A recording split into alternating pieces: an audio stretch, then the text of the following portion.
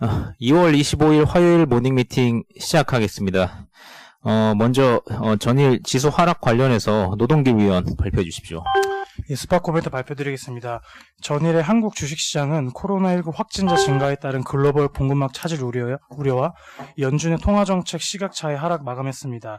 지난주 금요일 미국 S&P 500 IT 섹터는 2.3% 하락하며 코로나19 확산에 따른 글로벌 공급망 차질 우려를 반영했던 바가 있습니다.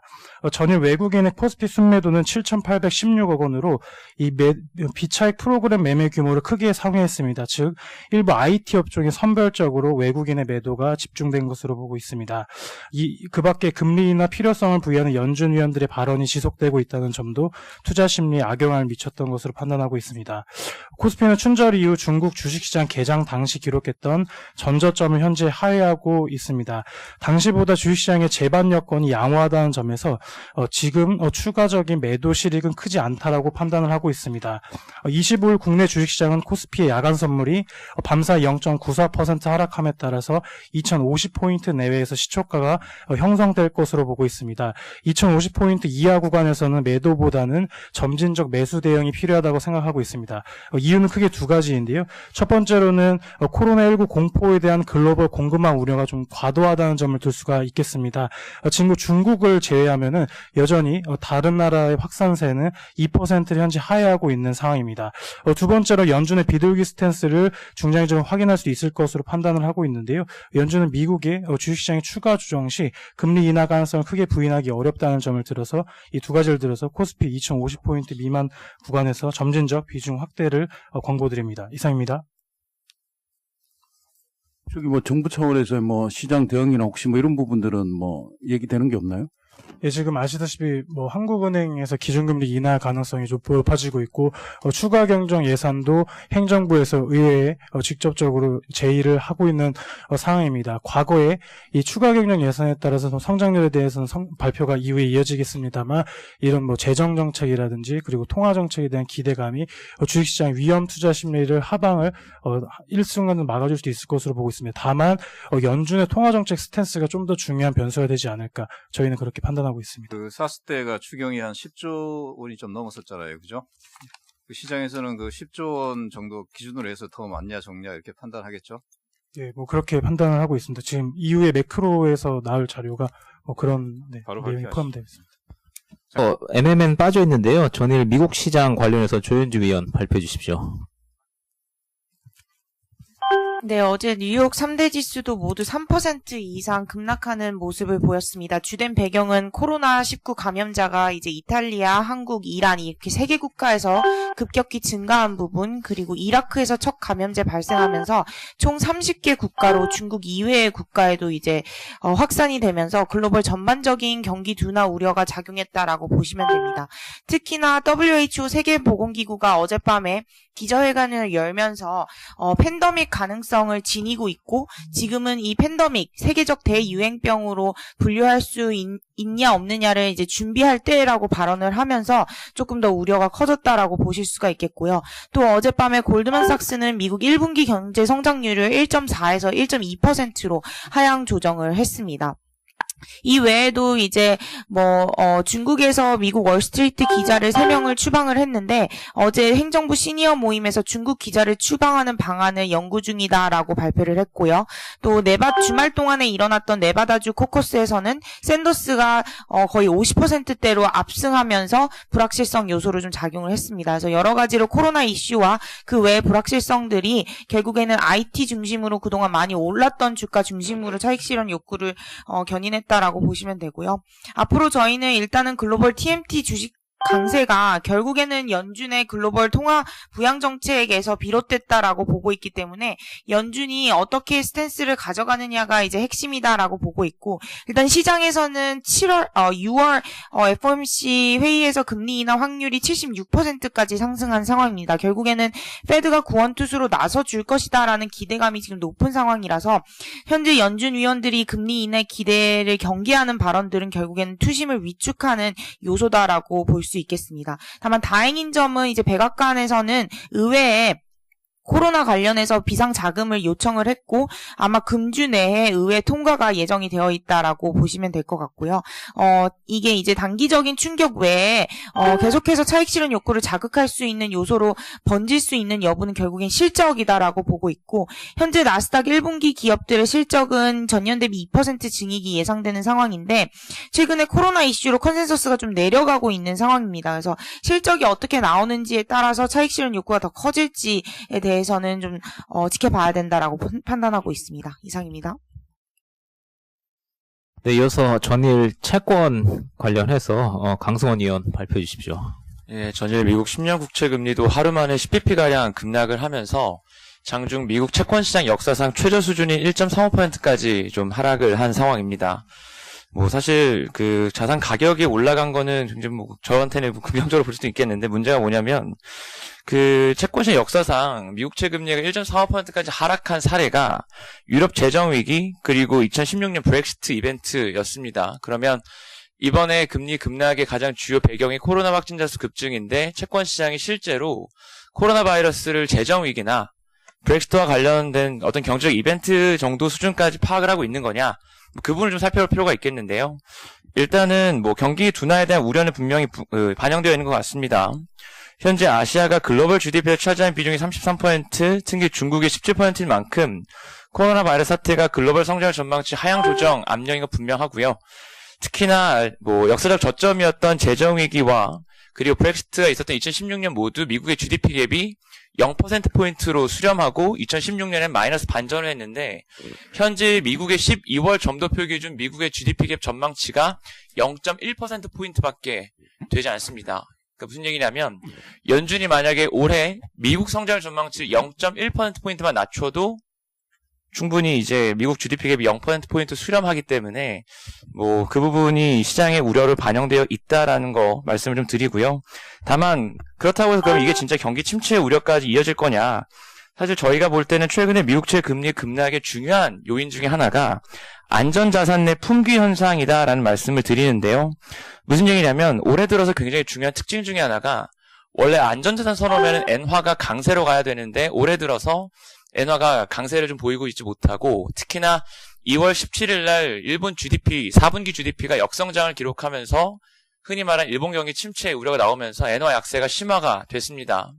결국 엔화가 안전자산에서 조금 이탈하는 모습들이 있었고 특히나 올해 2월 중순부터 다시 한번 마이너스 금리 채권이 10조 달러 저점에서 13조 달러까지 굉장히 짧은 시간 동안 30%가량 급증을 했습니다. 그러면 분트나 프랑스 채권처럼 안전자산이 비용을 지불해야 되는 안전자산이 늘어나면서 결국은 시장에서 안전자산을 살 때 엔화와 분트 사는 수요가 다 지금 달러, 미국채, 금으로 집중되고 있다라는 생각을 하고 있고요. 그래서 미국 채권이 경기 둔화, 경기 침체 이런 우려뿐만 아니라 그냥 흔히 말하는 안전자산으로서의 프리미엄을 받고 있는 구간이다라는 생각을 하고 있습니다. 그래서 저희가 여기서 좀 생각해 볼 수 있는 임플리케이션은 미국채 금리 이번에 급락한 거는 분명히 미국 GDP 갭 축소 우려가 반영되어 있다. 그런데 1970년 이후에 전쟁 날 때 빼고는 미국 GDP 갭 제로 수렴할 때 언제나 연준은 금리 인하 대응해왔으니 당연히 채권 시장은 금리 인하 가능성까지 충분히 반영을 하고 있는 거고요. 두 번째로는 현재 미국 채권이 안전자산으로서 다른 안전자산 대비 프리미엄을 받고 있는 구간이라면 근본 금리 급락을 당장 경기 침체에 전도를 해석할 이유까지는 없겠지만 그렇다고 굳이 역사를 하단에서 막힐 필요는 없다. 예전처럼 GDP 갭 제로 가도 엔화랑 분트보다 훨씬 좋다면 좀 더 내려갈 수 있다라는 생각을 하고 있고요. 그래서 저희가 작년 11월에 연간 전망할 때 말씀드렸던 10년 금리 타겟이 1.35%였는데 일단 1차적으로 1.25%로 하향 조정, 1.20%로 하향 조정하겠습니다. 이상입니다.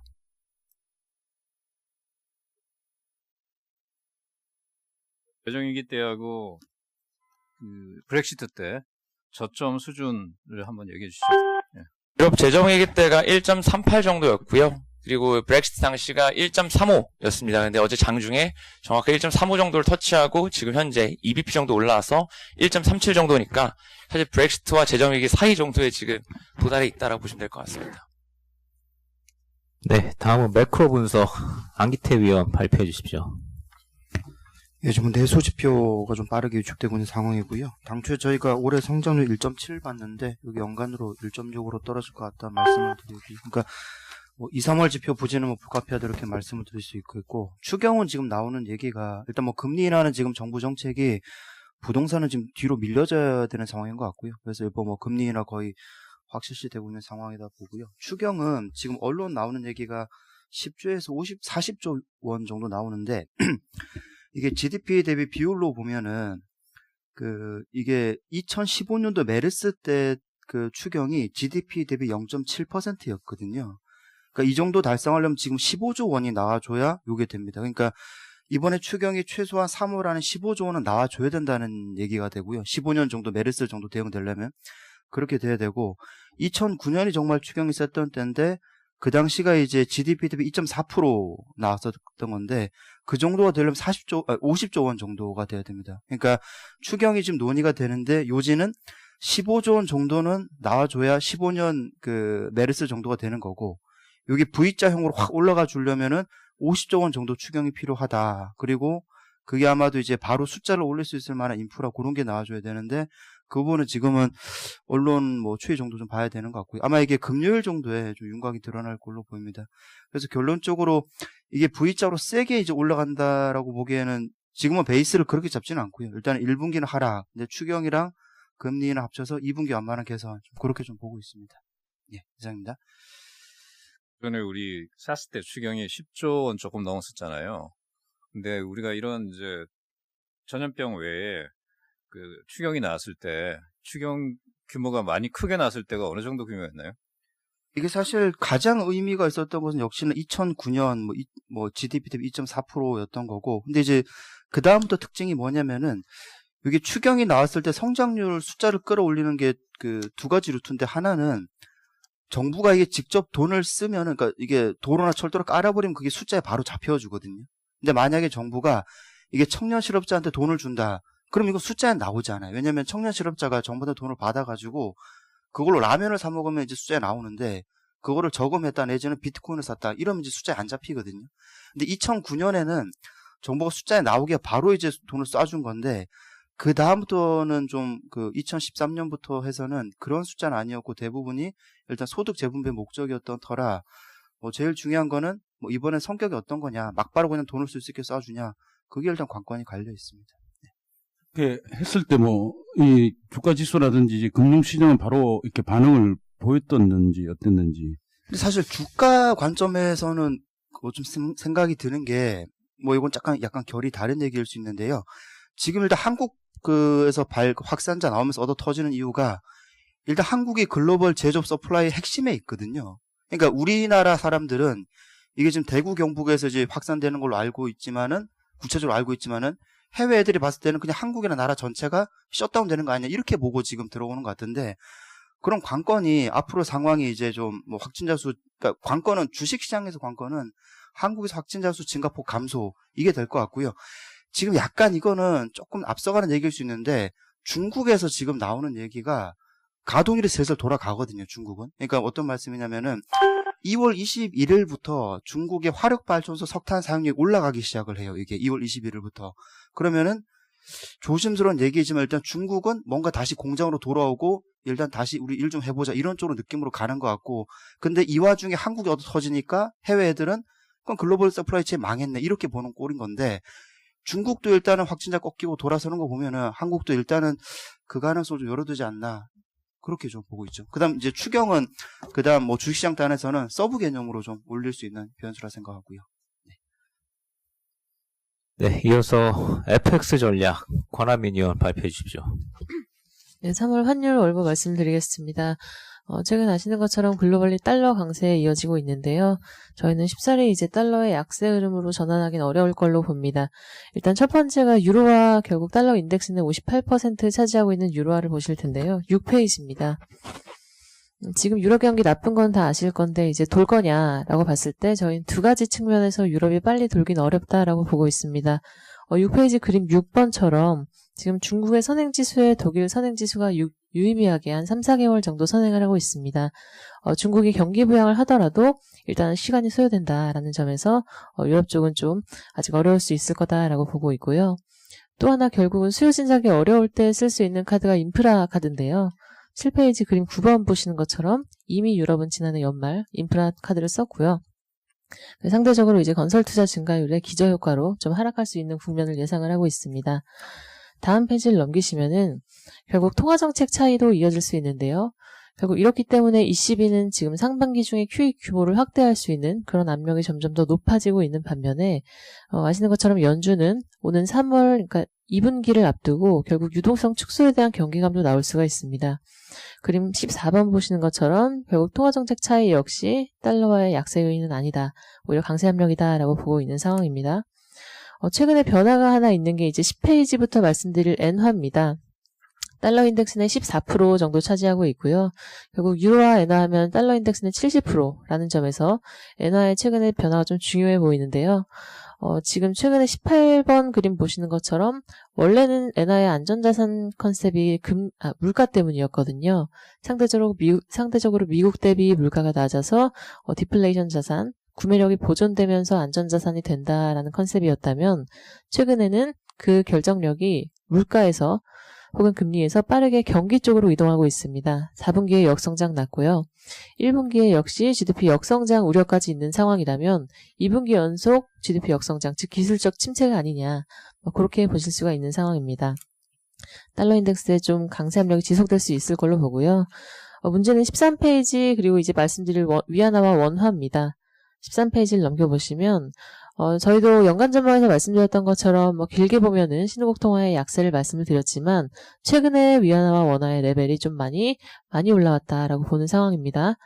결국은 위안화가 지금 7.12원 가까이 왔는데 이거는 금리 인하 혹은 통화정책 완화에 대한 어떤 일시적인 약세 반응이라고 보고 있고요. 오히려 13페이지 위쪽에서 말씀드릴 것처럼 달러 유동성 공급 측면에서 보면은 1분기에 이제 중국인들이 어디 못 나가면서 여행을 안 하게 됩니다. 중국의 경상수지 감소를 좀 이끌었던 게 서비스 수지 적자폭 확대였었는데 이게 이제 서비스 수지 적자폭이 좀 줄 거다. 달러 유동성이 좀 받쳐주는 양상이고요. 위안화가 저희는 3월 중에 매크로 쪽 부양이 들어올 때 7위안 아래로는 내려올 수 있을 걸로 봅니다. 결국 이럴 때 이제 원화 흐름이 중요한데요. 15페이지 원달러 전망 다시 말씀을 드리겠습니다.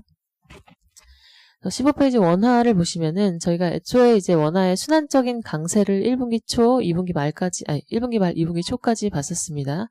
네, 순환적인 원화 강세가 지금 구름이 많이 작아져 있습니다.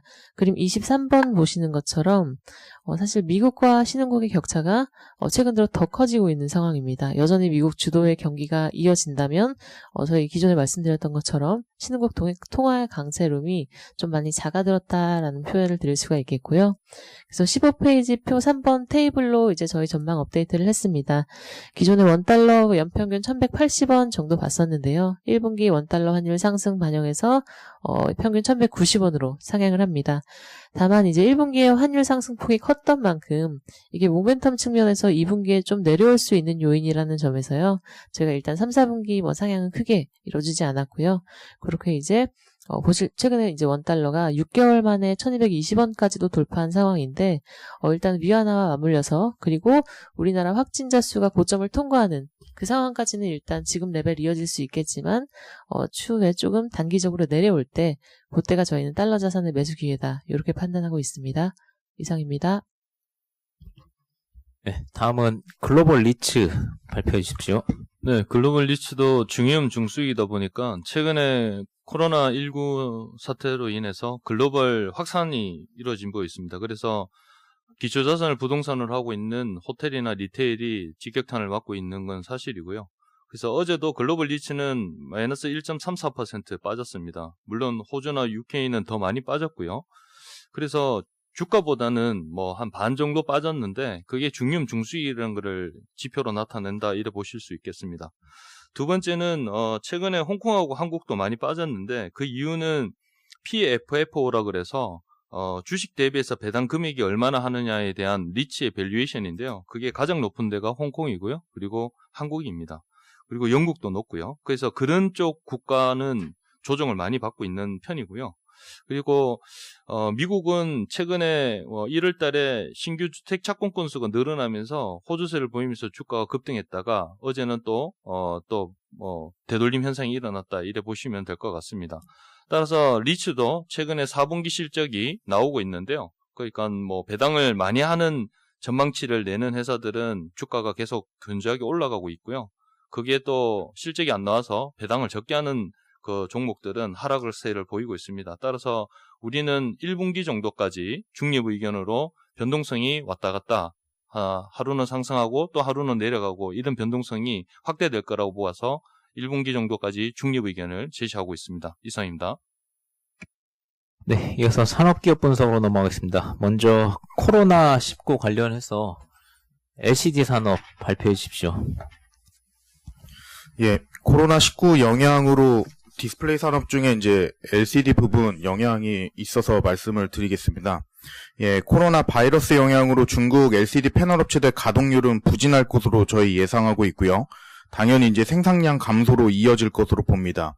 그래서 현재 LCD 패널 가격은 상승 중에 있다는 건데 현 시점에서 LCD 패널 가격은 이제 당분간 상승할 것으로 보고 있습니다. 글로벌 전체 LCD 공급량에서 중국의 비중 자체가 50% 초반이기 때문에 영향은 임팩트는 크다라고 이제 볼 수가 있습니다.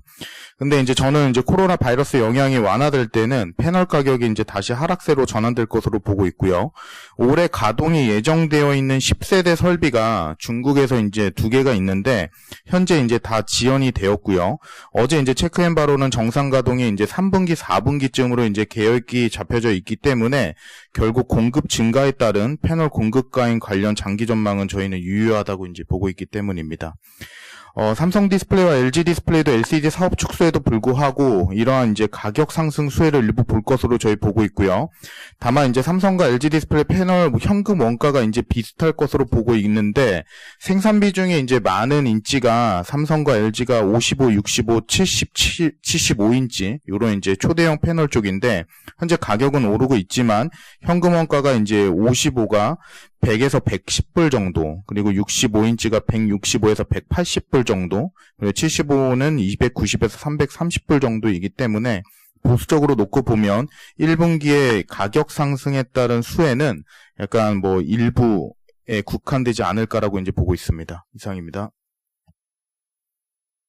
네, 다음은 반도체 산업 도현 위원 발표해 주세요.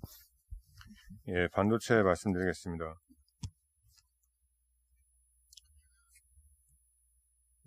주봉을 한번 저희가 이 반도체 장비업체 3개를 커버하고 있는데요. 원익 IPS, KC텍, 테스 이 3회사를 작년 이맘때쯤에 이니시에이션을 시작을 해서 지금까지 좋은 의견을 말씀을 드리고 있었습니다. 올해 삼성전자 캐파 투자가 DRAM 50K 그리고 낸드 100K 정도 일어날 거다 이렇게 말씀을 드렸었고 사상 최대 실적이 가능하지 않을까 이렇게 또 말씀을 드렸습니다. 보통 이제 반도체 장비 투자 사이클이 한 2년 정도 이어지기 때문에 지금 뭐 주가가 좀 많이 오른 상황이긴 하지만 아직도 이제 많이 남아있다 이렇게 생각을 하고 있고요. 저희는 올해 연말까지는 주가가 계속 올라갈 수 있지 않을까 이렇게 생각을 하고 있습니다. 그래서 세 회사 다 추천을 드리고 목표 주가도 다 세 회사 대폭 올렸습니다.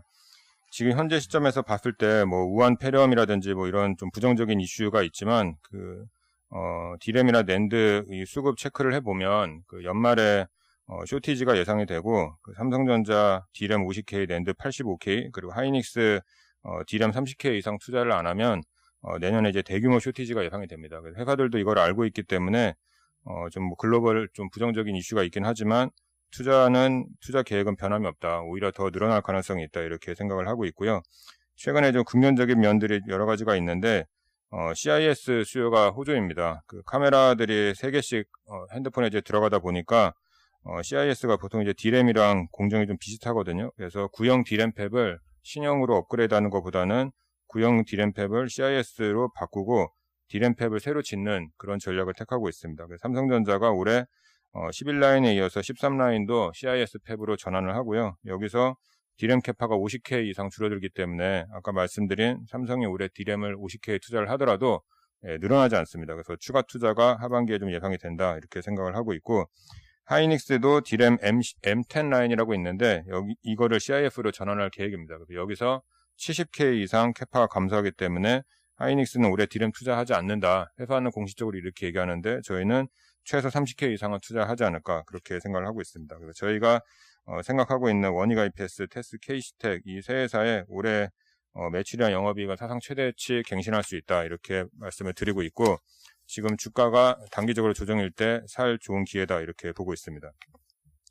이 글로벌 반도체 산업에서 장기적으로 투자를 늘릴 수 있는 여러 가지 요인들이 있는데 그거 좀 설명을 좀 드리겠습니다. 5페이지로 가서 보시면 그 6페이지의 그림 7번을 보시면 WSE라는 반도체가 있는데 이 반도체 크기를 보면 이게 웨이퍼 한 장 크기입니다. 최근에 AI라든지 뭐 이런 그 고성능 연산 시장이 부각이 되면서 칩 사이즈가 점점 커지고 있거든요. 근데 점점 커지다 보니까 이 웨이퍼 사이즈까지도 칩이 커지고 있습니다. 칩 사이즈가 이제 극단적으로 늘린 제품들이 이제 등장을 하고 있고 이런 트렌드가 저희는 장비 업종에 상당히 좀 긍정적이다 이렇게 생각을 하고 있습니다. 보통 웨이퍼 하나에 그 반도체 칩이 한 1000개 정도 나오는데 최근에는 이제 경쟁이 점점 심해지다 보니까 웨이퍼 한 개에 칩 한 개 정도 나오는 이런 칩들도 스타트업이 만들고 있다. 근데 이게 최근에 업계에서 관심들이 상당히 많습니다. 과거 같으면 이런 거는 뭐 연구실에서나 쓸 제품이다 이렇게 생각을 했는데 최근에 투자도 상당히 좀 많이 받고 있고요. 업계에서 관심을 좀 많이 가지고 있다. 좀 긍정적인 이슈다 이렇게 생각을 하고 있습니다. 9페이지 가서 보시면 그 TSMC가 1분기 지금부터 이제 5나노 양산을 시작을 하는데 주요 고객은 이제 애플이고요. 좀 긍정적인 점으로 보고 있는 게 최초로 TSMC에서는 최초로 EUV 장비를 공정에 도입을 합니다. 삼성전자가 작년 7나노에 도입을 했는데 삼성전자는 사실 로직 그 반도체에서는 좀 스몰 플레이어고요. TSMC가 메인인데 TSMC가 양산에 도입한다라는 게 장비 업종에는 상당히 좀 긍정적이다 이렇게 보고 있습니다. 보통 EUV 장비를 도입을 하면 EUV 장비 크기가 상당히 크기 때문에 팹 건물도 다시 지어야 되고요. 뭐 가스 설비부터 시작해서 뭐 마스크, 뭐 페리클, 뭐 포토 레지스트 이런 거 다 바꿔야 됩니다. 그래서 장비 업체에 전반적으로 수혜가 가능하다 이렇게 생각을 하고 있고 저희는 이제 해외 업체 중에서는 EUV 장비를 만드는 그 네덜란드 ASML 그리고 마스크 검사 장비 만드는 일본의 레이저텍이랑 그리고 마스크 만드는 호야 그리고 포토 레지스트 만드는 JSR 국내에는 SNS텍 이렇게 좀 좋게 보고 있고요. 최근에 이제 스타트업 중에서 인프리아라는 회사가 있는데 이거 최근에 삼성전자, TSMC 그리고 하이닉스 다 투자합니다. 그 포토레지스트 만드는 회사인데 기존의 EUV용 포토레지스트는 JSR에서 만들거든요. 근데 이게 성능이 좀 떨어진다. 이런 그 이슈 때문에 최근에 이제 스타트업들도 이런 쪽에 좀 많이 뛰어들고 있고 업체들도 이쪽에 좀 많이 투자를 하고 있다. 이렇게 보시면 될 것 같습니다. 그리고 11페이지 보시면 D램에서 EUV 탑재되는 것도 좀 긍정적이다 이렇게 보고 있고요. 올해 삼성전자가 D램 1Z 나노미터, 그러니까 16나노미터 양산을 시작을 하는데 이것도 최초로 이제 EUV 장비를 도입을 합니다. 그래서 아까 말씀드린 그 EUV 쪽에 올해 모멘텀이 상당히 좀 크지 않을까 이렇게 생각이 들고 하이닉스랑 마이크론은 EUV를 1Z에서는 투입을 안 하고요. 1Z 다음에 1알파고 그 다음에 1베타인데 하이닉스는 1알파에 집어넣는다 이렇게 얘기하고 있고 마이크론은 1베타에 집어넣는다 이렇게 얘기를 하고 있습니다. 1Z는 사실 EUV가 필요 없는데 삼성전자가 도입을 하는 이유가 좀 선행 기술력을 습득을 하겠다 이런 측면이 좀 크고요. 수율에서 좀 손해보지 않을까 이렇게 생각을 하고 있습니다. 그래서 저희는 올해 삼성전자가 1Z에 EUV를 투입을 하면 오히려 수율에서는 좀 부정적이다 이렇게 생각을 하고 있고 하이닉스랑 마이크론이랑 삼성전자의 기술 격차가 올해는 약간 좀 줄어들 것 같습니다. 삼성전자가 손해를 감수하고 EUV를 집어넣는 거니까. 근데 한 2, 3년 후에는 삼성전자랑 하이닉스의 기술 경쟁력 차이가 상당히 좀 많이 벌어지지 않을까 이렇게 생각이 듭니다. 그래서 올해는 영업이익률 차이가 좀 줄어들어서 하이닉스가 좀 긍정적이고요. 장기적으로 봤을 때는 삼성전자가 훨씬 더 낫다 이렇게 생각을 하고 있습니다. 기업은 이제 그 보시면 될 것 같고요. 뭐 목표 주가는 그 원익 IPS 33,000원에서 49,000원으로 상향했고 올해 영업이익 2,000억 나와서 작년 대비해서 390% 증가한다 이렇게 생각을 하고 있고요. 테스는 25,000원에서 38,000원으로 상향을 했고 영업이익 역시 작년에 110억 나왔는데 올해는 870억 나온다라고 생각을 하고 있고요. KC텍은 25,000원에서 29,000원으로 상향했습니다. 영업이익 956억 원으로 94% 증가한다 이렇게 생각을 하고 있습니다. 세 회사 중에서는 저희는 테스를 제일 선호하고 있습니다. 이상입니다. 수 있을 것 같습니다. 네, 다음은 포스코 케미컬. 네, 어제 그 시장이 4% 급락을 했는데 포스코 케미칼은 주가가 1.4%가 올랐습니다. 그래서 여러 가지 생각을 해볼 수가 있는데 어제 뉴스가 나온 게요. 일단 OCI하고 과산화수소 공장을 JV를 짓겠다라는 발표를 지난 금요일 날 이렇게 기사를 내보냈고요. 어제 주가는 그거에 좀 반응한 거 아닌가 정도로 생각을 하고 있고, 그래서 그거에 대한 의미를 좀 말씀드리고자 리포팅을 했고요. 과산화수소는 아시다시피 그죠. 이게 소독제나 표백제, 탈색제, 그 다음에 최근에는, 초고순도로 가면 이제 반도체나 디스플레이, 식각제나 세척제로 사용을 하고 있다고 하는데, 지금 만드는 업체들을 보면 밑에 이제 한수케미칼, OCI, 그 다음에 태광산업 등을 이렇게 제가 언급을 해놨습니다. 그래서, 캐파랑 보시면 이제 특히 이익률 자체가 그렇게 나쁘지 않은 상황이고요. 이런 부분들이 좀 반응을 한 것 같은데, 갑자기 왜 포스코 케미칼이 과산화수소냐 이렇게 생각을 할 수가 있는데요. 일단은 OCI는 이미 이제 과산화수소를 만들고 있었고, OCI가 아시다시피 이제 동양 제철화학이었잖아요. 그래서 이게 같이 이제 제철소에서 나오는 부산물 가지고 사업을 시작했던 회사인데, 지금은 폴리실리콘을 하고 있지만 여전히 과거의 사업도 하고 있고요. 지금 포스코 케미칼은 좀 오래된 얘기지만 지금 포스코 공장 안에 있는 화성 공장, 코크스를 굽는 공장인데 여기를 위탁 운영을 하고 있어요. 여기서 나오는 부산물들을 판매를 하고 있고, 그게 대표적인 게 콜타르 같은 것들이었고, 자회사인 PMC텍이 콜타르를 가공을 해서 이제 침상 코크스를 만들고 이런 이제 과정들을 가지고 있는데요. 여기서 나오는 코크스 가스에서 수소를 추출할 수 있다 그래요. 그래서 수소를 추출해서 이걸 산소하고 결합을 해가지고 과산화수소를 만드는 이런 공정을 좀 생각하고 있는 거고요. 그래서 어떻게 보면 이게 부산물, 그동안에는 활용하지 않고 있던 부산물들을 부가가치화 한다는 면에서는 긍정적인 시도라고 볼 수가 있습니다. 그렇지만 이제 이게 실적에 미치는 영향을 좀 생각을 해보면, 계획에 보면 2022년 생산을 목표로 하고 있고 5만 톤이고 매출액이 한 500억 정도로 이제 예상을 하고 있는데, 영업이익률을 20% 잡고 해도 JV의 지분율이 51%이기 때문에 그렇게 실적에 미치는 영향은 없습니다. 물론 이제 나중에 증설을 하게 되면은 또 다른 얘기가 될 수 있지만 현재까지는 그렇고요. 그것도 이제 2022년부터 생산이니까 실제 이익이 들어오려면 더 걸리겠죠. 그래서 그런 정도로 좀 보시면 될 것 같고, 그럼에도 불구하고 나쁘지 않게 긍정적으로 보는 이유는 말씀드렸듯이 철강 제조 과정에서 발생하는 부산물을 자원화하고 부가가치를 창출하는 사업으로 연결했다는 점에서는 분명히 의미 있는 투자라고 보여집니다. 그리고 지금은 이제 관심이 2차 전지 소재에 많이 이제 투자 포인트가 몰려 있고, 당연히 그게 저희도 투자 포인트라고 강조드리고 있고요. 장기적으로는 이런 이제 부산물 관련된 사업들도 기업 가치에 증가할 수 있을지를 관찰해 볼 필요는 있다라고 정도로 말씀드리겠습니다. 이상입니다. 네, 이어서 해외 주식 로키드 마틴 발표해 주십시오. 예, 좀 국내에서 코로나 이슈랑 좀 많은 악재들이 있는데 해외에서 가장 이런 악재들이랑 좀 거리가 있는 종목을 준비를 했습니다. 로키드 마틴이 2019년 4분기에 굉장히 어닝 서프라이즈를 냈었습니다. 매출뿐만 아니라 수익성 측면에서도 좀 기대 이상의 성과를 보여줬고요. 좀 더 중요한 거는 수주였던 것 같습니다. 2019년 4분기에만 수주가 무려 400억 달러였습니다. 그래서 F-35 스텔스 전투기 478대를 수주를 했는데요. 이 회사 같은 경우 보면 트럼프 집권기부터 매출이 좀 빠르게 올라오고 있습니다. 그래서 2017년, 18년에 걸쳐서 미국 국방 예산의 인상에 따른 이제 전체적인 일감 확보로 전투기 생산이 좀 빠르게 늘어나고 있고요. 연간 60대 정도를 하던 걸 2018년에 90대로 끌어올렸고요.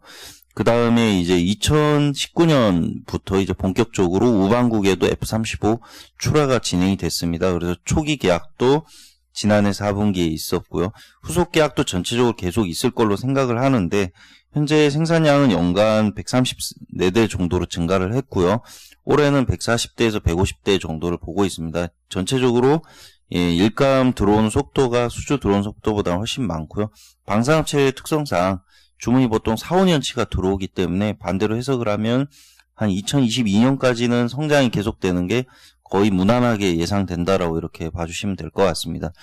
국내 쪽이랑도 좀 비교를 해서 말씀을 드리면 이 회사는 현재 좀 계속 성장을 하고 있기 때문에 주가 흐름이나 이런 것도 계속 좋은 모습을 보일 거라고 생각을 합니다. 근데 현재 지금 주한미군 방위비 주둔 협상이 있죠. 예, 대한민국 정부가 어떤 협상안을 꺼냈을지 우리가 대외적으로 알려진 건 없지만, 예를 들면 F-35에 대한 좀 추가 구매가 논의가 충분히 될 수 있다고 생각을 합니다. 어차피 차후에 대한민국 공군은 F-35랑 KF-X 투톱으로 이제 공군 전력을 유지할 계획이기 때문에 이 비율의 변화가 조금이라도 있다면 로키드 마틴은 조금 더 좋은 모습을 보일 수 있을 거라고 이렇게 생각을 하고 있습니다. 이상입니다. 네, 2월 25일 모닝 미팅 마치겠습니다.